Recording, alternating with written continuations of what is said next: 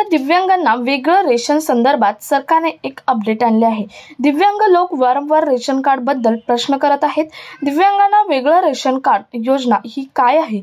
जेव्हा पण आम्ही तहसीलदार कार्यालयात जातो तेव्हा आम्हाला उडवाउडवीची उत्तरं दिली जातात असं प्रत्येक दिव्यांगांकडून कमेंट्स येत आहेत। आपण या अगोदर आपल्या चॅनलवरती खूप सारे व्हिडिओ रेशन कार्ड संदर्भात टाकलेले आहेत। वेळोवेळी जे रेशन कार्ड संदर्भातील अपडेट येत आहेत ते तुमच्यापर्यंत पोहोचवण्याचं आपल्या चॅनलच्या माध्यमातून काम होत आहे आणि आतापर्यंत बरेच असे रेशन कार्ड बद्दलचे व्हिडिओ सुद्धा आपल्या चॅनलवर अपलोड केलेले आहेत। परंतु त्याच्याच खाली दिव्यांगांचे प्रश्न होते की दिव्यांगांना सेपरेट रेशन कार्ड हे मिळते का आणि मिळाले तर त्यासाठी कागदपत्र कोणती लागतात, त्यासाठी लाभ काय मिळतो आणि मग आम्ही दिव्यांग आहोत, आमच्या फॅमिलीमध्ये आमचे नाव आहे तर आम्हाला दिव्यांगांना जो मिळतो तो लाभ मिळतो का, असे बरेच प्रश्न दिव्यांगांकडून विचारले जात आहे आणि त्याच प्रश्नांची उत्तरे म्हणून आपण आजचा व्हिडिओ बनवला आहे। तसेच रेशन कार्ड तुम्ही कसे काढायचे हे सुद्धा आपण व्हिडिओच्या शेवटी सांगितलेलं आहे, त्यामुळे व्हिडिओ शेवटपर्यंत नक्की बघायचा। चॅनलवर पहिल्यांदा आला असेल तर अशाच महत्त्वपूर्ण अपडेटसाठी आत्ताच आपलं चॅनल सबस्क्राइब करा, त्याचबरोबर शेजारील बेल आयकॉन सुद्धा ऑन करून ठेवा, म्हणजे असेच महत्त्वपूर्ण आणि गव्हर्नमेंटचे नवनवीन अपडेट तुमच्यापर्यंत रेग्युलर पोहोचत राहतील। आता रेशन कार्ड बद्दल प्रत्येक वेळी अपडेट येत आहे आणि त्याची GR सुद्धा येत आहेत। असा GR 2013 आणि 2020 मध्ये, तसेच 2021 मध्ये सुद्धा, 22 मध्ये सुद्धा आणि 23 मध्ये सुद्धा दिव्यांगांबद्दल, दिव्यांगांचं जी शिधापत्रिका आहे त्याच्याबद्दल आलेला GR होता। ते आपण GR सुद्धा पाहणार आहे। आपण सगळ्यात पहिल्यांदा 2020चा GR पाहूयात, कारण हा महत्त्वाचा GR आहे। तुमचे जे प्रश्न आहेत ते यामधून निम्मे सुटणार।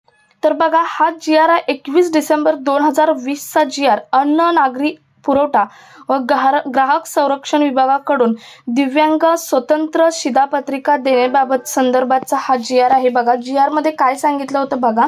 आता तुम्ही म्हणाल 2020चा GRचं काय होणार, तर त्याचा उद्देश सुद्धा तसाच आहे, कारण 2020 पासून ही योजना सुरू करण्यात आलेली आहे आणि बरेच वारंवार प्रश्न दिव्यांगांकडून येत आहे, त्यामुळे तुम्हाला पहिल्यांदा हा GR सांगायचा आहे। यामध्ये काय सांगितले आहे बघा।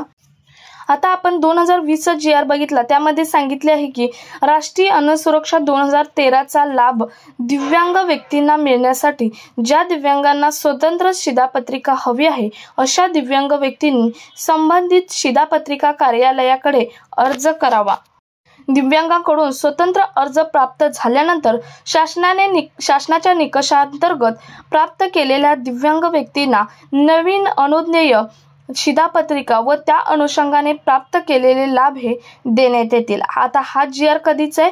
2020चा। 2020ला शासनाने असे सांगितले होते।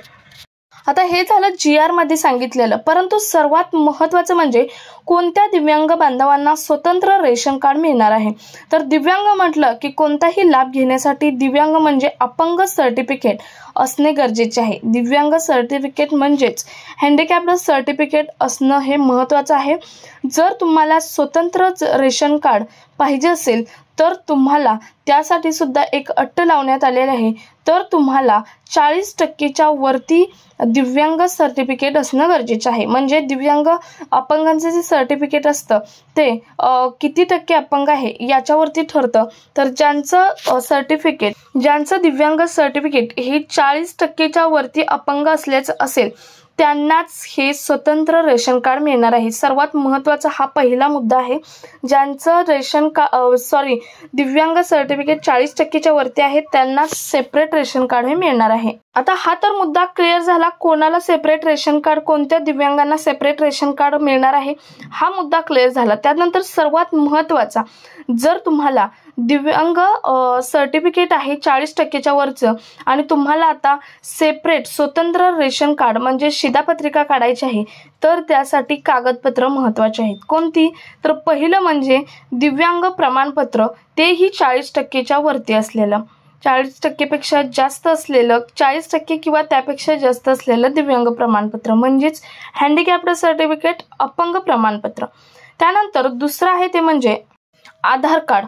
आधार कार्ड नंतर पत्त्याचा पुरावा। आता पत्त्याचा पुरावा म्हणून तुम्हाला काय असू शकतं, तुमच्याकडं वीज बिल असेल किंवा घरपट्टीचं बिल असेल तरीही चालणार आहे। त्यानंतर उत्पन्न प्रमाणपत्र, उत्पन्न प्रमाणपत्र हे तुम्हाला तहसीलदार कार्यालयातून काढलेलं उत्पन्न प्रमाणपत्र असावं।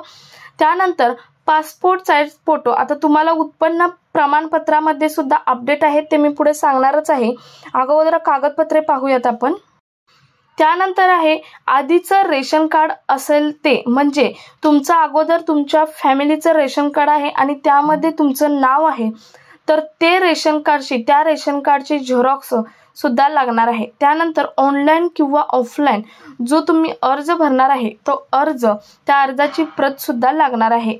तर ही 7 कागदपत्रे जर तुमच्याकडे असतील तर तुम्हाला स्वतंत्र शिधापत्रिका म्हणजेच अपंगांना स्वतंत्र रेशन कार्ड हे काढता येणार आहे।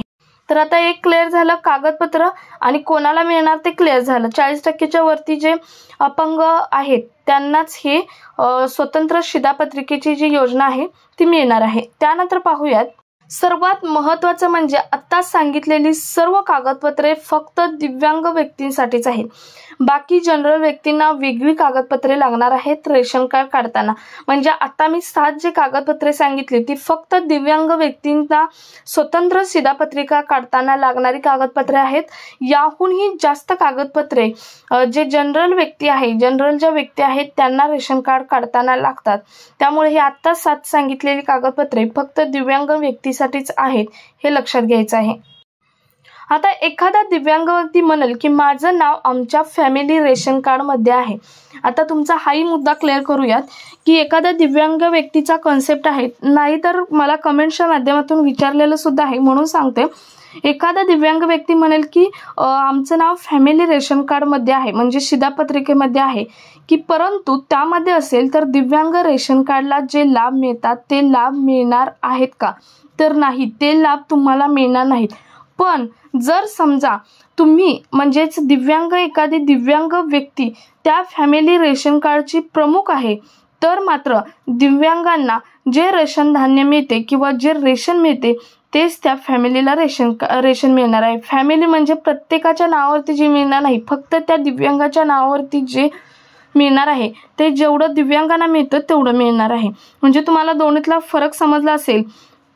जर तुमचं रेशन कार्डमध्ये नाव असेल तर मिळणार नाहीत लाभ, परंतु तुम्ही त्या रेशन कार्डचा प्रमुख म्हणून नाव असेल तर मात्र मिळणार। आता सर्वात महत्त्वाचं म्हणजे मी मगाशी सांगितलं होतं की तुम्हाला उत्पन्नाबद्दलची एक अपडेट आहे ती मी पुढे सांगणार आहे।